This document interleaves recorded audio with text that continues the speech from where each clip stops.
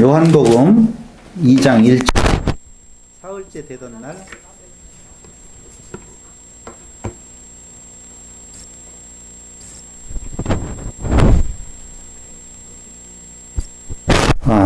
내가 녹음을 안 했구나 어차피 나는 안 해도 되겠죠. 자 다시 한번 가겠습니다. 요한복음 2장 1절 사흘째 되던 날 갈릴리 가나에 혼례가 있어 예수의 어머니도 거기 계시고 예수와 그 제자도 혼례의 청함을 받았더니 포도주가 떨어진지라 예수의 어머니가 예수에게 이르되 저들에게 포도주가 없다 하니 예수께서 이르시되 여자여 나와 무슨 상관이 있나이까 내 때가 아직 이르지 아니하였나이다 라고 하는 물을 포도주로 만드는 표적이 행해지십니다. 그러니까 2장 1절로 11장 44절까지는 7가지의 표적으로 하나님의 아들 그리스도이심을 증명하셔요. 2장 11절에 보면 이런 말이 나와요. 예수께서 이 첫 표적을 갈릴리 가나에 행하여 그의 영광을 나타내심에 제자들이 그를 믿으니라. 2장 23절 역시 23절에도 6월절에 예수께서 예루살렘에 계시니 많은 사람이 그의 행하시는 표적을 보고 그의 이름을 믿었으나 라고 나와요. 근데 그렇게 믿었어요. 와 대단하다. 믿었으나 예수는 어떻게 하셔요? 피해버리셔요.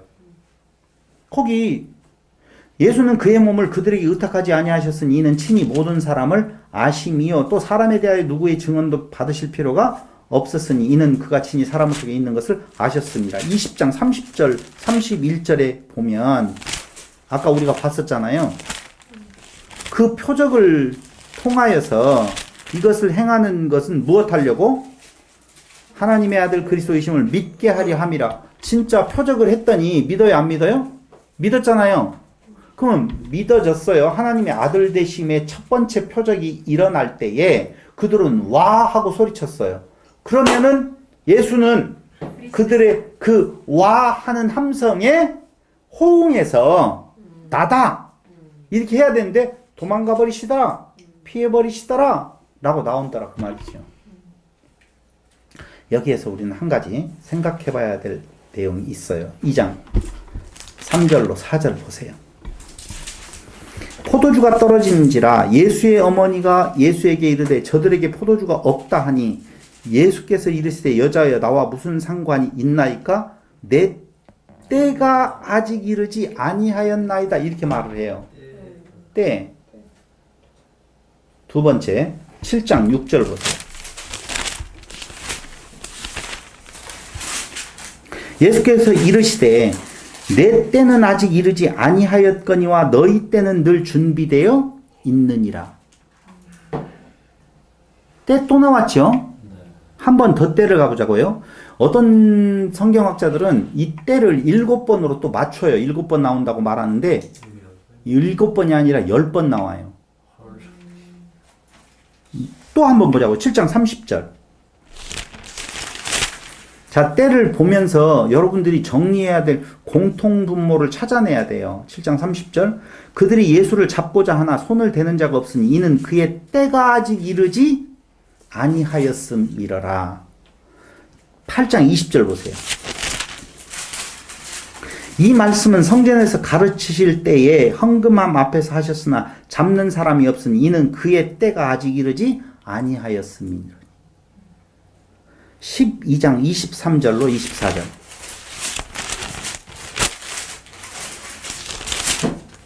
예수께서 대답하여 이르시되 인자가 영광을 얻을 때가 왔도다. 때 또 나왔죠? 12장 27절 보세요. 지금 내 마음이 괴로우니 무슨 말을 하리요? 아버지여 나를 구원하여 이때를 면하게 하여 주옵소서. 그러나 내가 이를 위하여 이때에 왔나이다. 때 또 나오지요? 13장 1절 보세요. 6월절 전에 예수께서 자기가 세상을 떠나 아버지께로 돌아가실 때가 이른 줄 아시고 16장 21절 여자가 해산하게 되면 그때가 이르렀으므로 근심하나 아기를 낳으면 세상에 사람 난 기쁨으로 말미암아 그 고통을 다시 기억하지 아니하느냐. 때 나오지요. 때 나온다고요. 예. 16장 32절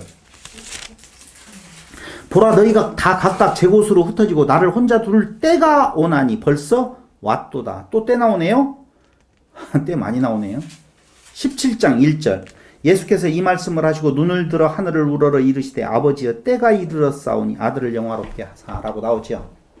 때 하면 뭘 뜻하는 것 같아요? 십자가. 그렇죠. 고난, 십자가, 죽으심이에요. 그러니까 보세요. 우리는 표적을 행하면 그 표적 행하는 그 능력을 보고 사람들이 모여들어서 왕으로 추대되어져야만이 그가 메시아라고 이렇게 생각을 한다니까요. 근데 요한복음에서 말해주고 있는 때 10번째에 걸쳐서 나오는 내용은요. 십자가를 지는 고난의 때를 지금 말하고 있고 때를 향한 표적이에요. 참 희한하잖아요.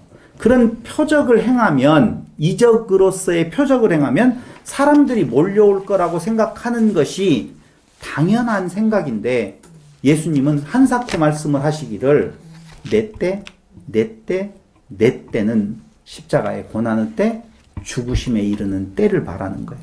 그러니까 물로 포도주를 만들어서 잔치집에 흥을 돋우는 건데 마리아가 그 어머니가 잔치집에 술 떨어졌어요. 아드님. 그러니까 갑자기 여자요. 나와 무슨 상관이 있나이까? 나와 무슨 상관이 있나이까는 무엇을 향하는 상관이 없다는 거예요? 그 육적 관계 어머니에 대한 그 제 설정을 하시지는 좋은 이야기예요. 보통은 나와 무슨 상관이냐, 이 잔치집하고 나와 무슨 상관이 있어? 내가 그런 일 행해야 됩니까? 이렇게 해석하는 경우가 많은데 방금 김 전도사님 이야기한 것처럼 여자여 당신과 나와 무슨 상관이 있나이까? 라고 하는 말이에요. 여기에서 말하고 있는데요. 그러니까 표적은 예수님이 섬김을 받으러 오신 것이 아니요. 우리 보편적인 생각은 그 표적을 행함으로 말미암아 섬김의 대상이 되어지잖아요. 와! 저분이 누구냐? 와! 이렇게 되어져야 되는데 요한복음에서 말하고 있는 그 표적으로서의 이적을 행하시는 내용은 때를 향한 것이고 그것은 섬김을 받으러 오신 것이 아니고 섬기기 위해 오셨으며 우리 대신 죽기 위해 오셨음을 증명하는 방편이에요. 그래서 기적, 흔히 말하는 미라클, 우리가 이적이라고 표현할 수 있는 그 기적은 병든 자 치유, 귀신을 쫓아냄, 먹을 것도 주시고 오병이요. 죽은 자를 살리시는 것은 인간 문제 해결사로서 자기 영광을 구하는 거예요. 그러니까 자기 증명의 수단으로서의 표적, 이적을 행하는 거거든요. 그러니까 마리아가, 예수의 어머니가 요청했던 바는 무엇이냐면요. 내가 우리 아들을 가만히 보니까 대단한 인물이야. 그러니까 아들아, 여기서 한번 네 능력을 보여주면 안 되겠니? 지금 그 말이에요. 마리아가 요청하는 것은 그 말이라고요. 그러니까 예수님은 그걸 당연히 무엇해요? 거부해요. 왜냐하면 이거 잘 들어보셔야 돼요. 마태복음 4장에 보면 마귀가 예수님을 시험하시면서 하는 말이 있어요. 시험하면서 하는 말, 하시면서가 아니라 시험하면서 하는 말이 있어요. 무슨 말을 해요? 하나님의 아들이. 오케이, 고마워요, 목사님. 하느님의 아들이여든 떡덩이를, 아니 돌덩이를 떡으로 만들고 뛰어내리라, 이렇게 이야기를 한다 그 말이에요. 그런데 예수님은 거부하시잖아요. 사람이 떡으로만 살 것이 아니라고 말하면서 거부하셔요. 그럼 그런 일은 행하지 말아야 되는데 오병이어의 표적 행하잖아요. 칠병이어의 표적을 행하잖아요. 돌덩이를 떡덩이로 만드는 것보다 없는 데에서 그렇게 많이 만들고 이게 더 큰 일이잖아요. 어차피 행하려고 하시면서 나는 그걸 위해서 온 것이 아니다. 떡으로만 살 것이 아니다라고 하는 메시지를 왜 내시냐고. 희한하지 않아요? 이상하게 생각지 않으셨어요? 인간의 돈 이상하게 생각하는데 지금 생각이 이제 들어갔어요. 다행히. 그러니까 사람들은 현실적인 필요를 채워주고 해결해 주시는 분으로 표적 행하는 것, 이적 행하는 분을 바라본다니까. 그것이 예수님의 어머니의 시각이었어요. 근데 표적 세메이오는 그 말이 아니고 하나님의 뜻의 성취. 하나님의 뜻은 뭐예요? 다시 자기를 부인하고. 그거예요. 결국은 다시 이야기하면 하나님의 뜻은 결국 사람인 자들을 쉰되게 만드는 거란 말이에요. 그럼 자기를 부인하고 이웃을 사랑하는 거예요. 하나 된 이웃을. 누가 내 이웃이냐? 그렇죠. 그것도 이제 이야기를 하고 있어요. 마귀에게 시험 당할 때에 돌을 떡덩이 만들어 달라고 할 때 사람이 떡으로만 살 것이 아니요 하나님 입으로부터 나오는 모든 말씀으로 살 것이다라고 나오는데 오병이여 칠병이여 이런 표적들을 행하신 예수님께서 그 말씀이 앞뒤가 안 맞잖아요. 안 행해야 되는데. 그러니까 예수님께서 오병이어의 기적을 미라클을 행하셔요. 오병이어의 표적을 행하셔요. 그렇죠. 그렇게 말씀을 해 주셔야 된다 그 말입니다. 표정은 영어로 뭐예요? 아까 미라클은 세메이온이라고 하는 헬라어를 말해줬어요. 영어는 모르고 헬라어 더 어려운 헬라어로 제가 이야기를 해주잖아요. 세메이온이란 말이에요. 표시가 되어지는 어떤 사건이에요. 그러니까 이 표적이라고 하는 내용이 아닌 미라클로 생각을 하기 때문에 사람들은 예수가 그런 행위를 하시면 바로 왕으로 세우려고 한다니까요. 근데 예수님은 내가 이 땅에 섬김을 받으러 온 것이 아니고 섬기려 오고 오히려 죽기 위해서 왔다라고 이야기를 하시면서 예수님은 어떻게 해야 돼요? 도망가셔야 될 필요가 있다 그 말입니다. 그러니까 물을 포도주로 만드는 요 사건을 놓고 보면 마리아는 무엇로 보는 거예요? 예수님을 미라클, 기적을 바라는 마리아의 마음이에요. 그럼 왜 마리아는 그 포도주가 떨어졌다라고 하는 그 상황에서 왜 당신의 아들에게 떨어졌어요? 라고 왜 말을 했겠냐 이거예요. 아까 이야기했어요. 당신의 기적을 응원합니다. 내 아들이야. 내 아들 대단하지? 이걸 자랑하고 싶은 거예요. 그러니까 예수는 바로 뭐라고 그래요? 여자여 나와 무슨 상관이 있나이까. 다시 말하면 내가 가끔 정상이 엄마하고 무슨 이야기를 하면서 말도 되지도 않는 이야기를 하면은 아줌마 왜 그러세요? 내가 아줌마 아내가 아줌마로 바뀌잖아요. 그런 의미예요. 여자여 그 말은 어머니로서의 모습이 아니라 세상적인 어떤 욕망에 이끌려서 미라클 기적을 내어 놓으라고 하는 자라고 보면 당신과 나와 무슨 상관이 있습니까? 라고 하는 의미예요. 본질을 벗어나서 개인적인 사욕적인 의미에 있어서 어떤 요구가 있다라고 보면 당신과 나와 아무 상관이 없으니 어머니예요. 내가 누가 내 어머니이며 누가 내 그러니까 진짜 참 어머니의 개념이면 그 자리에서 그런 미라클 기적을 요구하는 것이 아니지요. 당연히. 그런데 그렇게 말을 해놓고는 해. 해. 그러니까 무엇을 한 거냐면은요. 다 알죠? 시작. 세메이온을 하신 거라고요. 표적을 행한 거라고요. 그러니까 미라클, 기적을 행한 것이 아니라 표적을 행한 거라고요. 이제 거기에서 이제 별별 말들을 다 갖다 붙여요. 물이 포도주, 물과 피를 흘렸다. 예수님이 죽으실 것에 대한 첫 번째 표적이라고 이야기를 하시면서 그건 이미 예표하고 있다. 뭐 이렇게까지 다 이야기하는데 어디 이 편지를 받는 사람이 거기까지 생각을 하면서 읽어내겠어요. 그러니까 저는 거기까지 안 가도 된다는 거예요. 판 말한 대로 표적을 행하시는 예수. 저 첫 표적이라고 그랬어요. 그런데 그 뒤에다가 하는 말을 보세요. 2장 11절을 보세요. 참 재미난 말을 해요. 예수께서 이 첫 표적을 갈릴리 가나에서 행하여 그의 영광을 나타내심에 그 영광이 뭐예요? 하나님의 아들. 그렇죠. 그것이요. 당연히. 근데 예수님께서 당신이 죽으시기 전에 기도하실 때 내 뜻대로 마옵시고 아버지의 원대로 아버지의 영광을 위하여서라고 하는 내용을 이야기를 해요.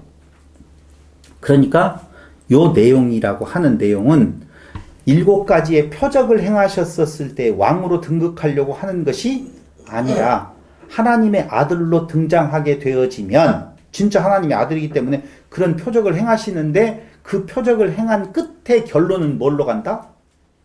십자가로 간다 라고 하는 내용을 말을 해주고 있는 거예요. 목사님, 예. 그 마리아가 물어볼 때는 아직 때가 아니어서 미라클이었고 그 이후에 음. 표적을 행하시는 때는 좀 지나서 했다는 아니요, 그것이 아니에요. 우리는 기간을 두고 하는 내용. 아니, 예수님께서 지금 이 표적을 행할 때하고 마지막 7번째 표적을 행할 때하고 어느 것이 앞섰는가도 잘 모르지만 그게 오랜 기간이 지난 것이 아니에요. 바로 행할 거면. 바로 행할 거면 왜 아. 마리아에게? 정리해줘야 될 거 아니에요. 마리아에게? 아니, 모인 사람들에게도 마리아에게도 분명히 정리를 해줘야 될 거 아니에요. 나는 지금 미라클을 통해서 왕으로 등장할 것이 아닙니다. 라고 하는 내용이잖아요. 내용은 지금 마리아는 그걸 요청을 하게 되어지는데 그런데 예수님께서 그걸 정리를 해요. 여자여 라고 하는 말로 내가 지금 행하고 있는 내가 이 땅 위에 오신 것은 섬김을 받으려 함이 아니요 섬기려 하고 죽으러 왔다라고 하는 내용에 대한 것이 전제되어지잖아요. 근데 마리아는 당신의 영광을 드러내라고 하는 말이잖아요. 지금 내용에 있어서. 그럼 그거 아닙니다 라고 이야기를 해요. 그때가 아니다라고 이야기할 때를 자꾸 뭘로 지금 생각을 하냐면은 내가 이제 죽을 때 그때가 되어지면 내가 표적을 행하겠습니다. 이런 말로 지금 듣는 거잖아요. 그렇게 안 들었으면 그렇게 물어볼 이유가 없잖아요. 근데 예수님께서 지금 말씀하시는 내 때가 아닙니다 라고 이야기할 때 그것은 그 때가 달라요. 마리아가 생각하는 때하고 예수님이 생각하는 그 때의 개념이 다르다고요. 그러니까 마리아가 생각하는 그 때 아니에요. 근데 예수님께서는 무슨 때가 온 거예요?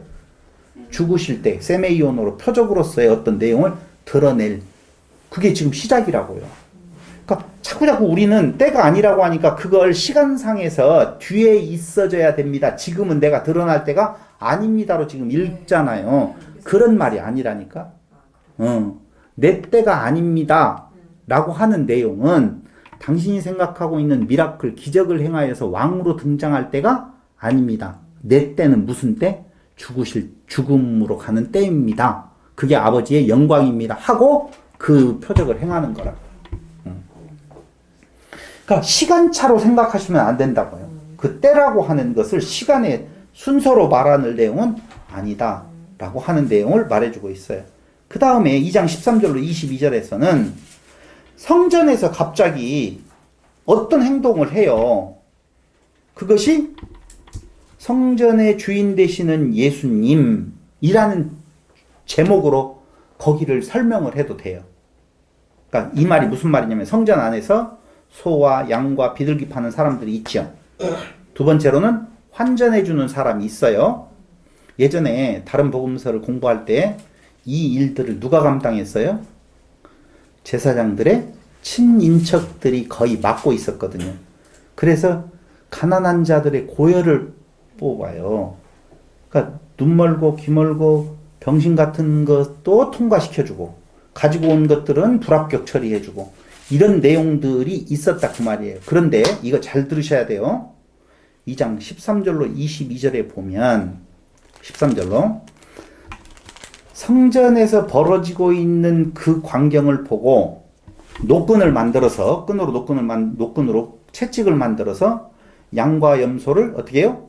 내어 쫓아버리고 돈을 쏟아버리고 상을 엎으시면서 예수님 하시는 말씀이 내 아버지의 집으로 장사하는 집을 만들지 말라 이렇게 하셨어요. 자, 여기서 잘 보셔야 돼요. 하지 말라. 하시니의 단어는 없어요. 원문에는. 왜 제가 이 말을 하냐면요. 그 뒤에 이어지는 제자들이 성경 말씀의 주의전을 사모하는 열심히 나를 삼키려 하는 것을 기억하더라. 자, 저를 보시고요. 여기 봐야 돼요. 거기 17절에 제자들이 성경 말씀에 주의 전을 사모하는 열심이 나를 삼키리라 한 것을 기억하더라. 이건 시편 69편 9절에 나와 있는 말씀이에요. 주의 전을 사모하는 열심이 나를 삼키리라 라는 말이 시편에 나와 있어요. 누구에 대한 이야기예요? 유대 성전 마당만 밟는 예수님. 그냥 봐봐요. 장사하는 장사치들의 소굴이 되어져 있어요. 예수님께서 내어 쫓고 엎으시고 상을 엎으시고 돈도 엎어버렸어요. 근데 그 일을 보고는 제자들이 성전을 사모하는 열심이 나를 삼키려 한 것을 기억하더라. 그렇게 나와요. 이러다가 이거 큰일 나는 거 아니야? 예수님이 이제 막 그렇게 하니까 야, 이거 예수님 이렇게 하면 안 되는데 우리 이렇게 당할 수가 있는데 이런 생각이 지 않았을까? 여러분 이 말이 무슨 말이냐면요. 바리스 여러분들이 좀 대답을 해줬으면 좋을 뻔했는데 바리새인들이 열심히 오히려 예수를 십자가에 못 박게 그런 식으로 앞에 내용은 100% 맞고 뒤에는 조금 제가 각색을 해드린다라고 보면 많은 분들이 이것을 예수님이 그렇게 노하여서 성전을 정결케 했다라고 성결케 하는 사건이라고 말하는데 주의 전을 사모하는 열심으로 주의 전을 성결케 했다 이렇게 해석하는 경우가 참 많았어요. 그렇게 들어가잖아요. 그렇게 해석 안 되었어요? 근데 오늘 김성민 전사님 이야기하는 것처럼 이건 그런 말이 아니고 주의 전을 사모하는 열심이 나를 삼킨다라고 하는 말은 디아스포라 되어져 흩어 있었던 사람들이 그 주의 전을 사모하는 열심이 있어서 어떻게든지 제사 드리러 오잖아요. 와서 그걸 제사를 좀 드려보겠다라고 하는 그 마음이 본질적인 성전의 본질적인 개념을 넘어서서 오히려 타락해버리는 결과를 낳게 되었다. 그게 성전에서 돈 바꾸고 양을 팔고 비둘기를 파는 그런 일들이 벌어졌다. 지금 그 말이에요.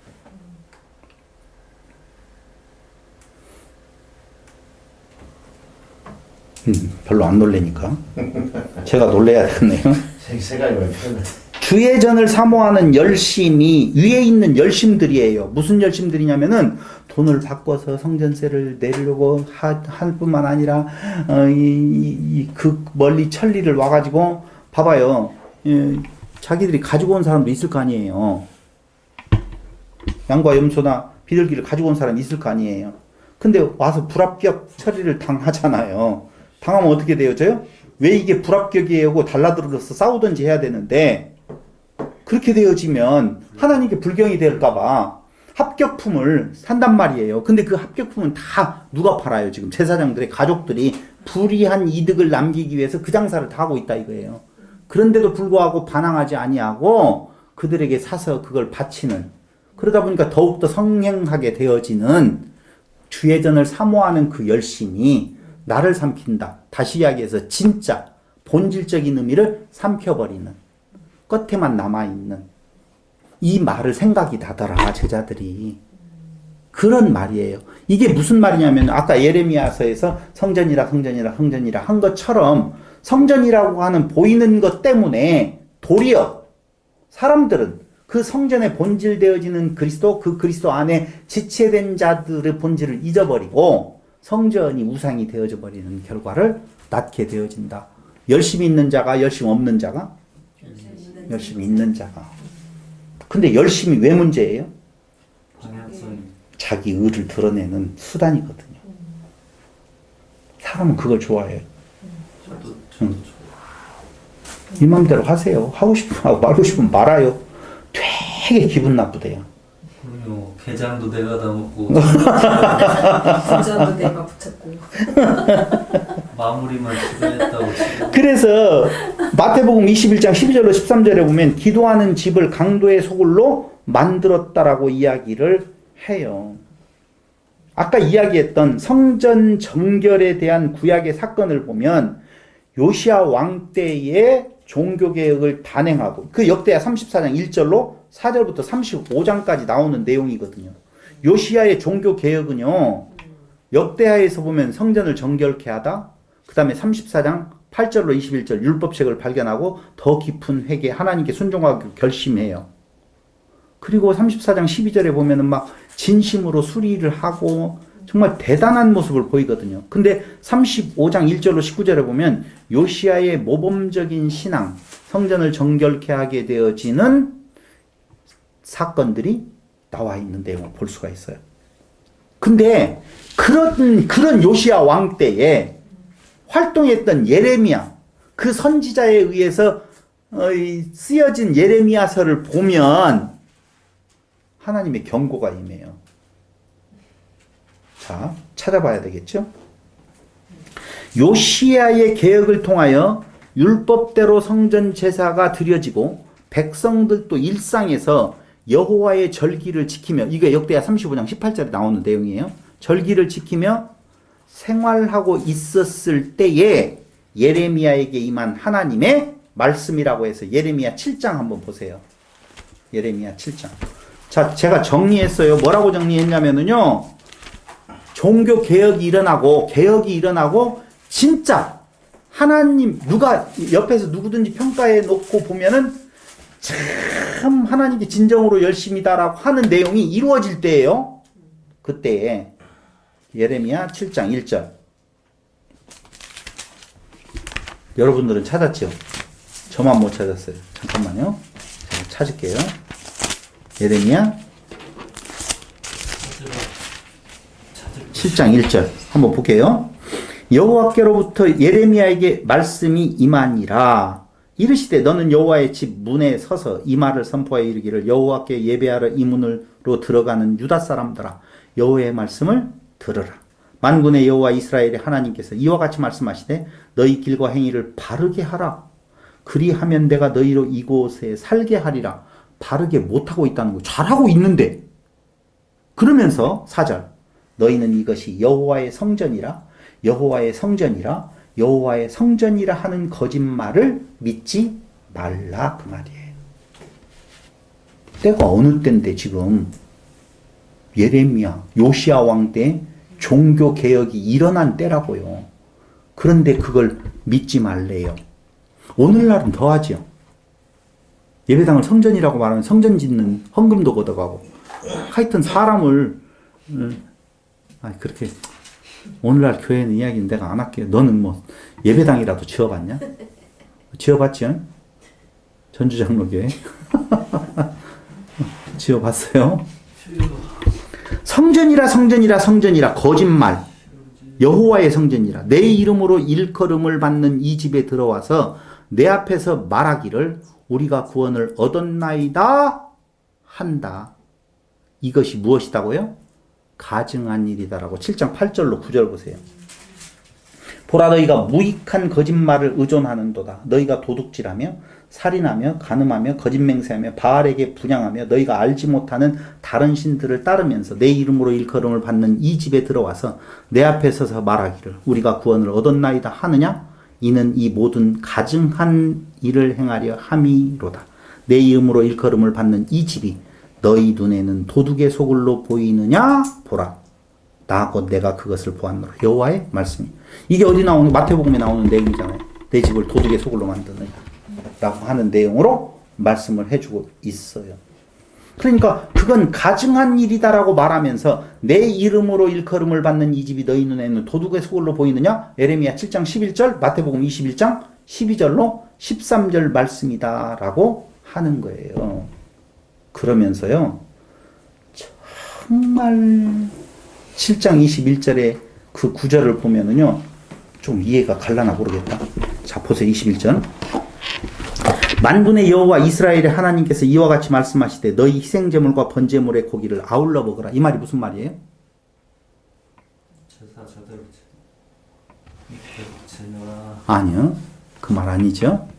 이 말이 무슨 말이냐면은요, 지금 성전을 지어놓고 성전이 있어요. 그리고 개혁을 했어요. 요시야 때.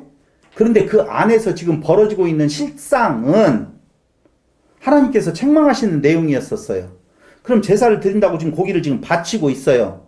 그때 21절에 지금 말하는 내용은 이 말이에요. 너희가 바친 제물 너희나 쳐먹어라, 그 말이에요. 처먹어라 첫자를 넣어야만이 제대로 인식이 되어지는데 처먹어라 첫자를 안 넣으니까 이게 먹으라고 하는 거 이렇게 들리잖아요. 누가 뺐어요? 내가 넣었어요. 난 죄송해요. 번역한 놈인 줄 알았는데. 확실히 쏙쏙 들어와요. 처먹어라. 처음 드세요? 내가 첫째 써야겠네. 이게 너희나 아울러 먹어라. 이 아울러라고 하는 사파라고 하는 단어는 휩쓸어가다 잡아채다 움켜쥐다. 근데 이 사파라고 하는 단어가요 적대적인 의미로 특별히 심판의 문맥에서 사용된다라고 사전은 말을 하고 있어요. 히브리어 사전에는 너희는 나에게 고기를 바치는 것으로 할 바를 다했다고 하는데 하라는 것은 하지 않고 순종하지 아니하며 귀를 기울이지도 아니하고 목을 굳게 하여 너희 조상들보다 악을 더 행하였다. 그게 7장 22절로 26절의 내용이에요. 무엇인데도 불구하고 개혁시대인데도 불구하고 그러고 있다는 거예요. 그러면서 7장 16절로 18절에는 무슨 말이 나오느냐 16절 보세요. 7장 16절 그런즉 너는 이 백성을 위하여 기도하지 말라라고 나오죠. 그들을 위하여 부르짖어 구하지 말라. 내게 간구하지 말라. 내가 네게서 듣지 아니하리라. 너희는 어떻게 하라? 백성을 위하여 기도하지 마. 다른 신들을 섬기는 자들을 위하여 아버지, 어머니, 자식들이 합동으로 전부 다 지금 다른 길로 가고 있다고요. 그때에 주의 보이는 성전을 사모하는 열심이 젤로스예요. 비난받아 마땅한 열심이라 그 말입니다. 의인의 열심이 아니라는 거예요. 그 열심이 나를 어떻게 한다고요? 삼키리라. 나는 누구예요? 예레미야 선지서에서는 여호와고 오늘 신약성경 요한복음에서는 예수님을 삼켜버린다 라고 하는 거예요. 요한복음 2장 18절 보세요. 넘어와서 2장 18절 이에 유대인들이 대답하여 예수께 말하기를 네가 이런 일을 행하니 무슨 표적을 우리에게 보이겠느냐라고 나오죠. 네가 뭔데? 그럼 너 표적을 증명해봐. 표적으로 증명해봐. 라고 하는 것이 2장 18절이라고요. 그럴 때 예수님이 뭐라고 말해요? 헐라. 너희가 이 성전을 헐라. 내가 사흘 동안에 일으키리라. 근데 그 성전은 성전된 예수님의 육체를 말한다. 십자가의 죽으심에 대한 내용을 말을 하면서 표적을 보고 믿는 사람들을 피하여 도망가시는 거예요. 왜? 친히 모든 사람을 아셨기 때문. 왕 삼으려고 하는 것인 줄을 알았다는 거예요. 그러니까 요한복음 기자는요, 무슨 말을 하려고 하냐면은 그 표적으로 그가 하나님의 아들 되심이 드러났는데 그 아들 되심은 이 땅 위에 죽으러 오신 분이시다. 라고 하는 것을 지금 말을 해주고 있다고. 성도들이 어려운 이유가 딱 한 가지 있어요. 그리스도로 살아가는 것. 우리가 그리스도가 되었다고 그러잖아요. 그리스도로 살아가는 것은 왕으로서의 삶이 아니라 오히려 자기를 부인하고 십자가에 지는 삶이 우리 앞에 놓여져 있는데 한사코 그걸 부정하는 거예요. 그게 예레미야 선지자가 말하고 있는 그 개혁 시대에 말하고 있는 내용이라니까요. 똑같은. 그러니까 보이는 어떤 것에 대한 내용을 가지고 그 보이는 그분이, 그 성전이 나에게 안전한 안전처가 되어질 거라고 생각을 하는 데에서 그분은 도망가 버리셔요. 왜요? 죽으셔야 되니까. 왕이 되어지면 안 되니까. 우리는 도망가요? 안 도망가요? 안 도망가고 싶잖아요. 더 왕으로 되게 해달라고 하고 더 달라고 하고 더 채우려고 하더라 그 말입니다. 그게 표적으로 말하고 있는 하나님의 아들 예수 그리스도, 하나님의 아들이라고 하는 내용에 대한 증명인데 결국은 그 하나님의 아들은 다 같이 시작. 아버지께로 돌아가신다. 십자가로 가신다. 그게 11장 45절로부터 19장 42절에 대한 내용이라고. 13장 1절 보세요.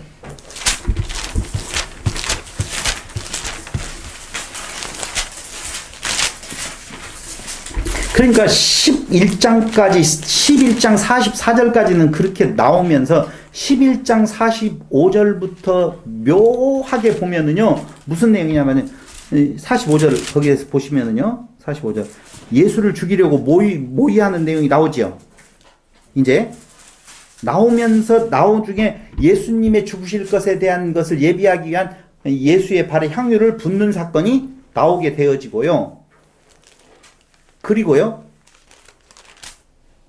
이어서 12장 20절에 보면 인자가 들려야 한다라고 선언을 해버리시는 내용이 나온다 그 말입니다.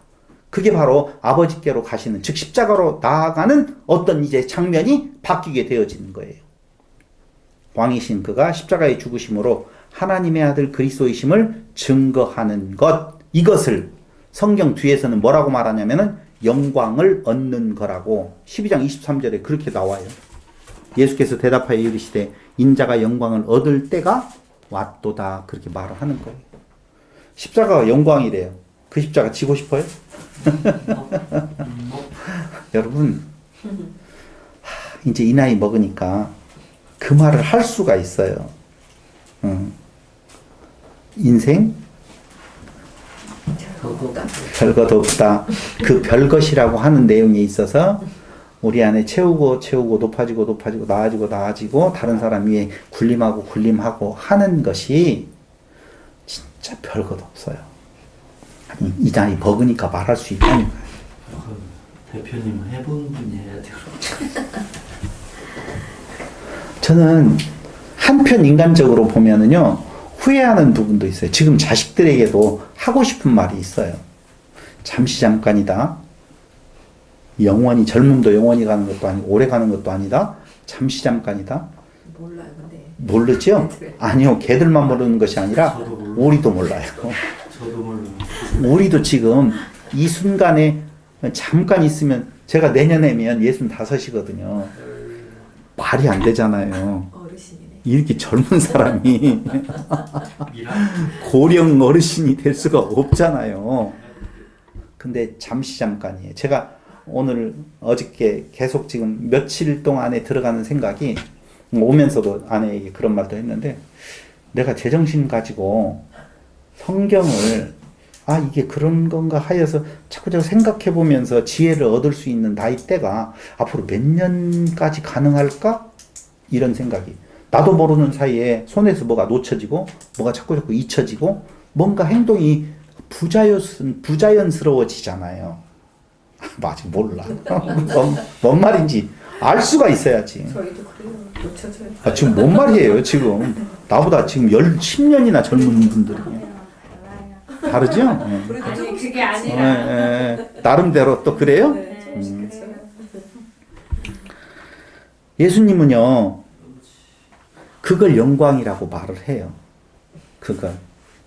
그러면서 11장 44절로 36절에서 죽으실 것을 미리 말하고 예고하셔요.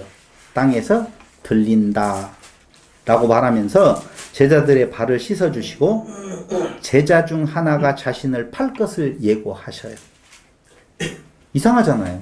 하나님이신 그분이 제자들에 의해서 팔림을 당하네요. 그러면서 새 계명을 주어 서로 사랑하라고 명하시잖아요. 새 계명을 주어서 사랑하라고 하니까 이것만 똑 떼어서 기독교인의 윤리 뭐 해서 새 계명 서로 사랑하라 이런 내용이겠냐고요. 그런 말 아니에요. 내가 이제 떠나가요. 죽게 되어져 있어요. 하는 남은 자들이 해야 될 일은 서로가 서로에게 하나된 의지처가 되어지는 것 너무 당연한 거예요. 그래서 예수님께서 그렇게 가시는 것은 아버지 안에 내가 내 안에 너희가 너희 안에서 서로 사랑하게 되어지는 것, 그게 예수님께서 영광을 얻으시는 것에 대한 의미를 두고 있다 그 말이죠. 어디로 가시나이까 물어봐요. 그러면서 따라갈게요. 그게 누가 하는 말이에요? 베드로가 한 말이에요. 이게 13장 내용이에요. 어디로 가시나이까? 13장 36절. 지금은 따라올 수 없다. 예수님께서 말하시면서 후에는 따라와도 어디로 가시나이까? 어디로 가요? 아버지께로. 아버지는 십자가라고 그랬죠? 죽는 길 가신다 그 말이에요. 어디로 가시나이까? 그러니까 나 죽으러 간다 그 말이에요. 따라가겠습니다. 아니야, 지금 못 따라와. 왜? 내가 해야 할 일이야. 근데 후에는 너도 그 길을 가야 돼 라고 말해요. 그러니까 베드로가 지금 목숨을 버리고서라도 따라갈 수 있어요 라고 말을 하거든요. 그럴 때 예수님께서 닭 울기 전에 3번 나를 부인하리라. 13장 36절로 38절에 대한 내용이거든요. 그러면서 14장 15장에서 계명을 지키라 그렇게 말을 하고 있어요. 표적과 말씀으로 하나님의 아들 그리스도의 힘을 선포하고 그것을 보았는데도 왜 예수를 부인하며 팔고 죽게 하였는 건가, 제자들이? 근본적인 이유는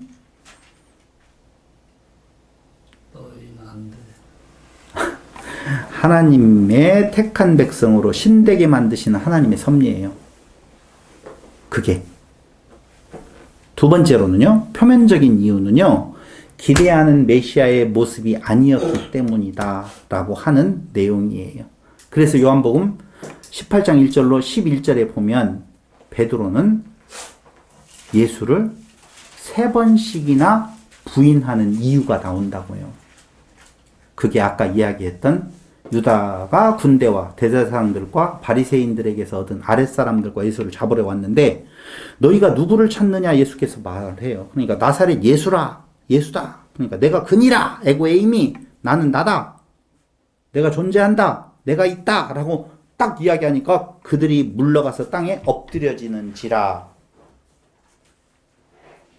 이 모습을 보고 베드로는 힘을 얻어서 좋다, 한번 해보자 라고 하면서 시몬 베드로가 칼로 말고의 길을 베어버리에요. 이랬던 베드로가 조금 후에 예수를 3번이나 부인하는 장면이 18장 15절로 27절에 나옵니다.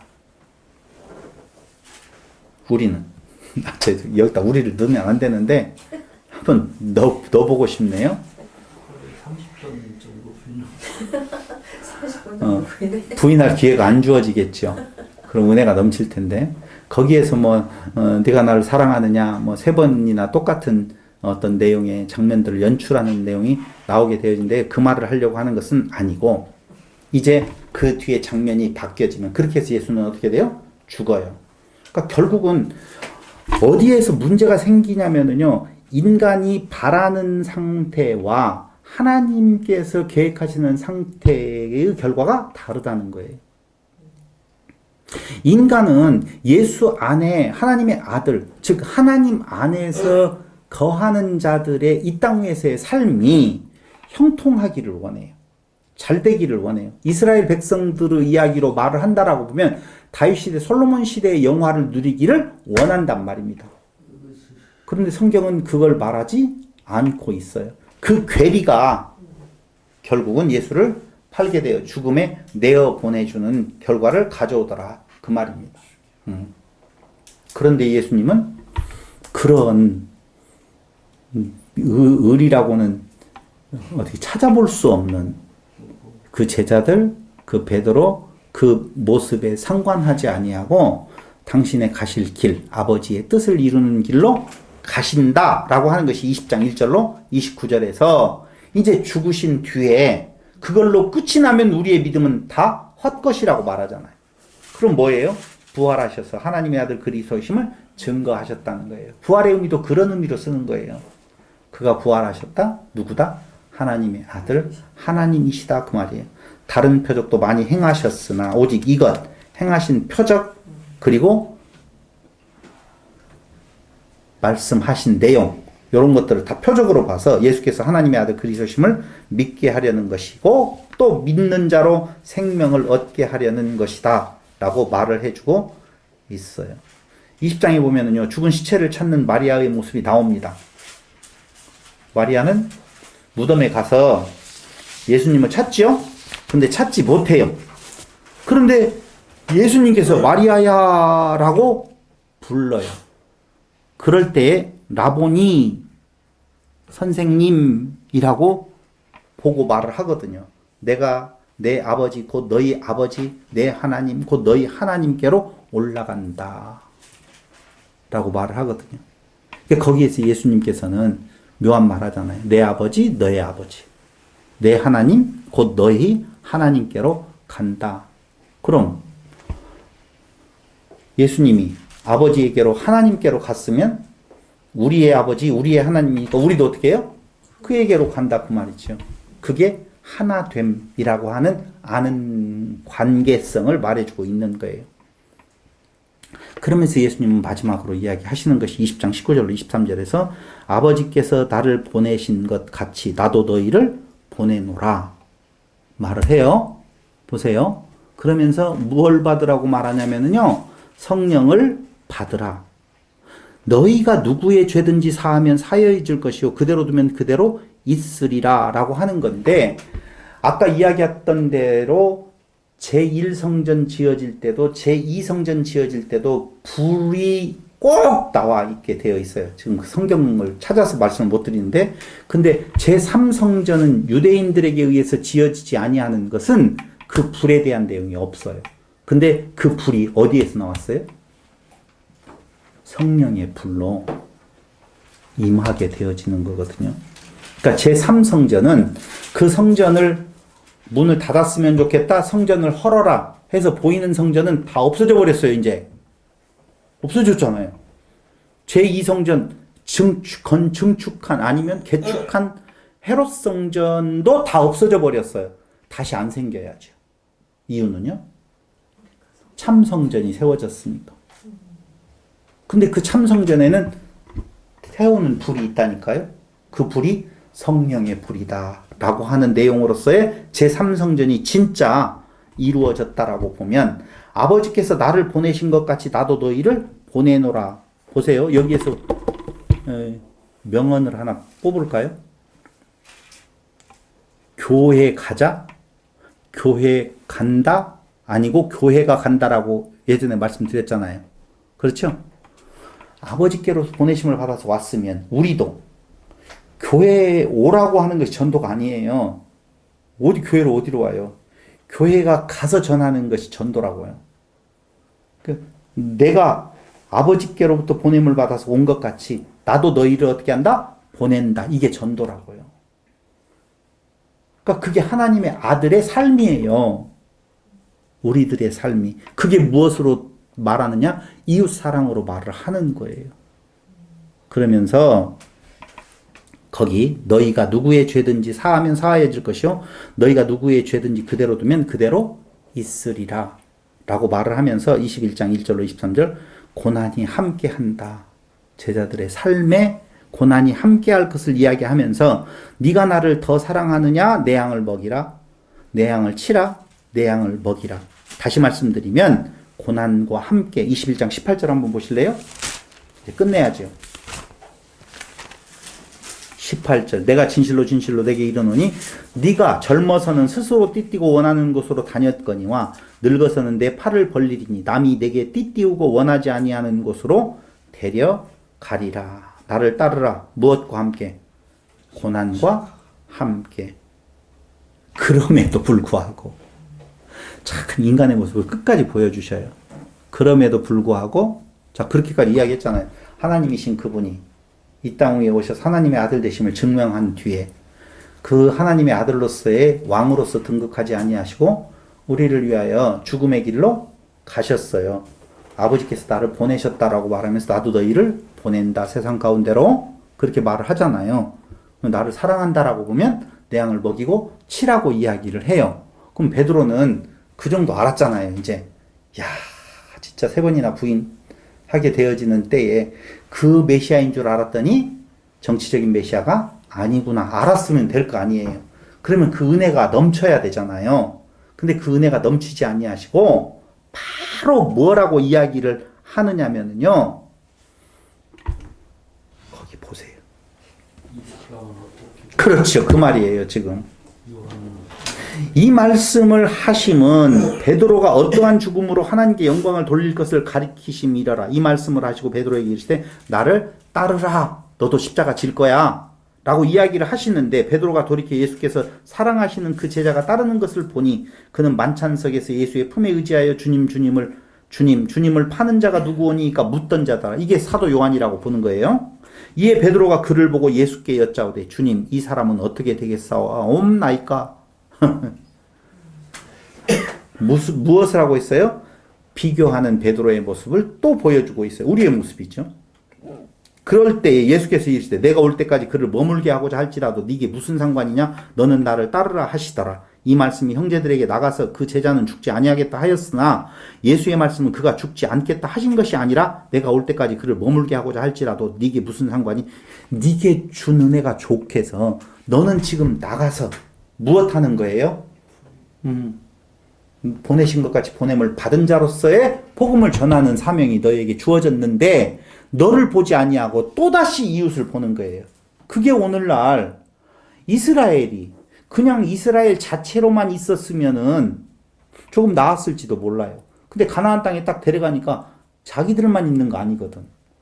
옆에 있는 자들은 더 잘 살고 있거든요. 자기들은 광야에서 그 고생을 다 했는데 근데 저건 왜 그렇지? 라고 하는 하는 쪽에서 바알을 섬기는 경우를 가져오고 있더라 그 말입니다. 여러분 진정으로 성도들의 삶에 있어서에 대한 내용은 절대적인 사랑에 붙들려서 사는 삶이지 상대적인 개념이 아니라 그 말이에요. 그러니까 상대적으로 놓고 보면은요, 이스라엘이 그 하나님의 택하심을 받은 아브라함으로부터 시작해서 야곱이라고 하는 존재로 이스라엘이 형성이 되어졌었을 때에 그 나라가 이루어질 때의 그 영광스러운 모습은 이웃 나라들에 비하면 아무것도 아니에요. 솔로몬 때 잠깐 번창했다라고 한들 그 솔로몬 때 그 주위에 있었던 제국들을 보면은요 장난 아니지요. 근데도 우리는 자꾸자꾸 뭘 생각을 하냐면 그 이웃과 비교해서 저들보다도 더 높은 자리에 올라가려고 하는 그 마음이 인간의 저변에 깔려있는 내용으로 볼 수가 있다는 거예요. 그러니까 사람은 이렇게 끝까지 비교를 통하여서 자기가 또 높은 자리에 올라가고 싶어 하는데 그 높으신 그분이 이 땅 위에 오셔서 하나님의 아들 되심을 하였는데도 불구하고 왕 삼으려고 하는 자들을 피하여 도망가서 그분이 가신 길은 어디다? 십자가의 길이다. 그는 진정으로 하나님이셨다라고 하는 증거를 삼으신 거예요. 그걸 들었으면 어떡하라고? 이웃에게 들려라. 아까 처음 시작할 때 그때 그들의 상태가 고난 속에 있잖아요. 그때 그들의 상태가 분리주의자들에 의한 고난 속에 있었잖아요. 여러 가지 유혹을 받는 내용에 있었잖아요. 그러니까 틀림없이 뭘로 가느냐? 윤리와 도덕적인 종교로 가서 하나님이라고 하는 존재를 없애버리는 거예요. 우리 안에서. 그럴 때에 오늘 요한은 아니다. 이 땅 위에서 살아가는 날 동안에 받는 고난이 마땅히 하나님의 아들로서의 메시아의 모습이었었고 또 그 고난 가운데에서 우리가 해야 될 일이 무엇인가를 다시 한번 일깨워 주어서 좌절하지 아니하고 그 우리가 항상 써먹는 말 있잖아요. 힘내라. 힘. 그 말이에요. 그럼 여러분들은 지금 여러분들의 그 존재 가치가 이미 그리스도 안에서 신된 자들이거든요. 신된 자들의 나아갈 길은 이게 정말 어려운 이야기로 오늘 끝을 냅니다. 고난이 같이 있음을 꼭 명심하시기를 바랍니다. 저도 그 말 안 하고 싶어요. 고난이 같이 있는 것이 아닙니다. 예수 믿으면 이렇게 좋아집니다. 라고 말을 해드렸으면 좋겠지만 이 땅 위에서의 우리의 삶이라고 하는 내용은 그리스도의 가는 길에 대한 내용의 발자취를 따라가는 고난의 길이 우리에게 있음을 하시고 힘을 내시기를 바랍니다. 마치겠습니다. 질문 있으면 받겠습니다.